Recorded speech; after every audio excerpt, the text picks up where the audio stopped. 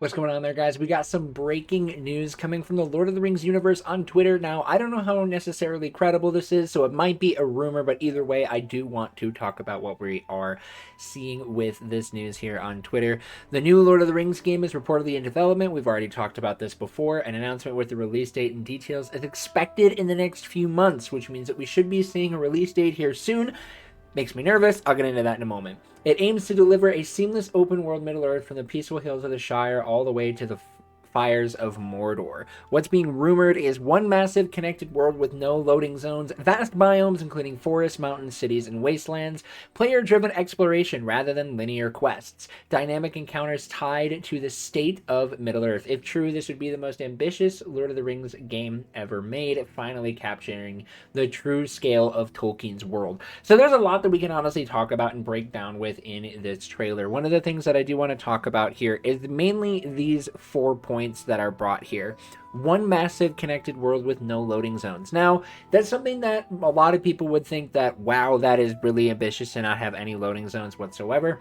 But one of the things that I do want to talk about in this is the world of Lord of the Rings Online. You can travel pretty much all the way from the Shire to Mordor without a loading zone. I think you maybe have one loading zone in that entire game, and that game's been out since 2007. So we've already seen that there is a massive amount of possibility from being able to do something like that on a really large scale. It's been possible since that content was released, and so it's something that honestly not that big of a deal to be able to see. Vast biomes including forests, mountains, cities, and wastelands. That's something that I mean is probably something that we should really just be kind of expecting if we're going to be talking about any open world game. You know, whenever I'm looking at an open world game that has these vast biomes and things like that, I'm looking at games like Skyrim. Skyrim has a world that you can go around and you can explore. There's so many different areas within the game to be able to look at and to be able to just enjoy and explore, from caves and dungeons to the various forest areas, bandit camps, cities. Everything is all just connected in this massive world within Skyrim. And I know that I use Skyrim a lot as kind of like a standard for open world games, but that's just because when I look at an open world game, I look at Skyrim. So many moments in Skyrim, I'm like, oh, I'm gonna go do this quest, and then I get distracted by all of these differing things that I can just see, because the world of Skyrim is just so vast to explore and there's so many different things that you can look at. And so for this to be happening in a Lord of the Rings game would be very exciting if that were to be possible. And I would really love to be able to see that to be out at its full potential when this game does come out. The next thing is player-driven exploration rather than linear quests. There's not a lot of information for what we have on this one. This is something that I don't really know exactly what to expect. I could be seeing something like Baldur's Gate 3, where like your choices can help kind of determine the path that you take in the story, or it could be something a little bit different. I don't know. I don't think we have enough information to go on about that. But not having linear quests, I don't know exactly what that's looking at. When I think of a game that's very linear in its questing, I think about like Kingdom Hearts 2, for example, where it's a lot of hallways going from one area to another. And if that's not the case, then again, we're looking at an open world, a massive world, to be the most ambitious project ever. It better not be linear. Like, that's kind of the biggest thing that we would be looking at. That's what players have been wanting for a Lord of the Rings game, is a very, very open experience. They want to be able to show everything. And the final thing here, dynamic encounters tied to the state of Middle-earth. This is something that is probably the biggest thing that I'm the most nervous about, is the dynamic encounters tied to the state of Middle-earth. There's so much when looking at Middle-earth games that specifically when I look at the Middle-earth Shadow of Mordor and Shadow of War, those games are very dynamic, but that was because of the Nemesis system.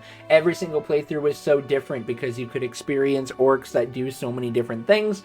And so for this to be a dynamic encounter-based game, I don't really know exactly what that's going to look like. Like I had said, we don't have a lot of information on this, but there also are just a bunch of rumors. And as we all like to know and see when it comes to gaming, is that rumors are a very scary thing to look at. So I wouldn't take this with a lot of like oomph, I would say. I don't know how much of this is going to be real. I don't know how much of this is just going to be straight doo-doo buns.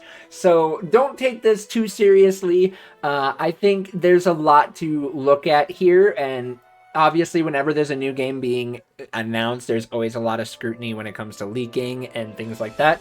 As well as, too, you are looking at a situation where it's a Lord of the Rings game. There are very high standards for what we would be expecting for a Lord of the Rings game. So take all of this with a grain of salt. I personally, when I think about like a dynamic encounter, when I think of a game, I really think about like an event in an MMO, you know, where something happens in the world and it's something where you have to go do a specific thing because something is happening. Or like in Skyrim, again, going back to a Skyrim reference, because Skyrim is, in my opinion, the perfect standard for a good open world game. And that is something where, like, you are traveling through the world and suddenly you see a trade caravan, you know, something like that. The kind of feeling that I'm really looking for is like the openness of a D&D campaign where you're placed into a world, you have your character that you can create, and you get to make of it what you want. That's kind of the standard of what I would be looking for a Lord of the Rings game like this. I don't want to play through Peter Jackson's movies again. As much as I absolutely love them, I don't want to play through them again. I don't want to play through a Rings of Power based game. I want something that is purely based around Tolkien's world, the world that he has created, and just being able to do with it what I want, similar to what you can do in Lord of the Rings Online. So that's pretty much all that we really have to talk about for this game. Honestly, I am very nervous for what we could be expecting here. I don't know whether or not this is going to be a good game. It could just crash and burn, and then we're all left in a state of sadness and pain and misery. But we'll see what happens, you know?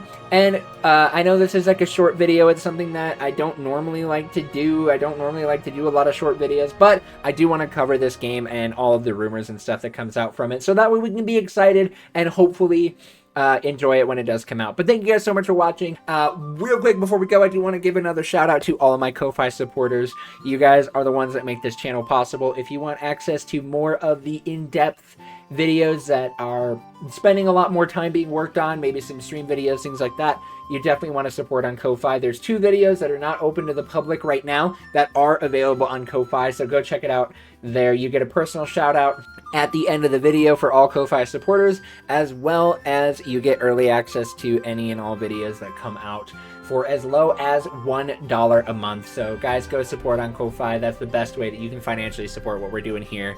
But once again, you are loved, you are valued, you are fearfully and wonderfully made, and we will see you in the next one. Have a wonderful rest of your day, everybody.